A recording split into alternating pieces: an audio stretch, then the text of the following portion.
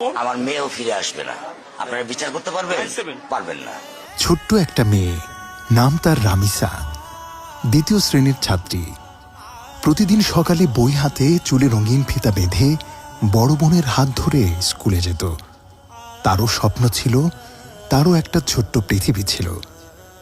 গতকালও যাওয়ার কথা ছিল স্কুলে, কিন্তু সে আর যায়নি।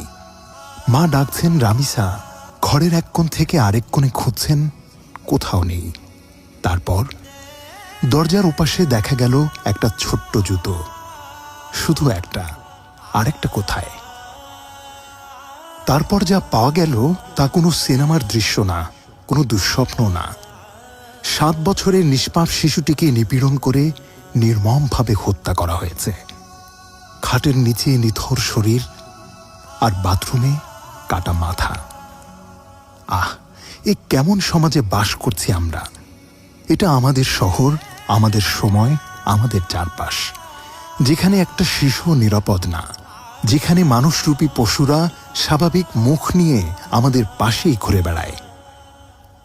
আমরা আইয়ামে জাহিলিয়াতের গল্প শুনে শিউরে উঠি, কিন্তু আজ তো আমরা সেই অন্ধকারের মধ্যেই বাস করছি।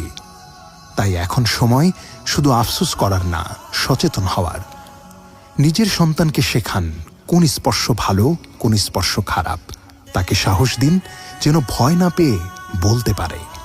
প্রতিবেশীকে চিনুন, অচেনা কারো সাথে শিশুকে একা পাঠাবেন না। সন্দেহজনক কিছু দেখলে চুপ থাকবেন না। মনে রাখবেন, একটা কথা, একটা সতর্কতা, একটা পদক্ষেপ একটা জীবন বাঁচাতে পারে। হে আল্লাহ, আমাদের সন্তানদের হেফাজত করুন, আমাদের বিবেককে জাগিয়ে দিন, আমাদের সমাজকে মানবিক করুন। আমিন।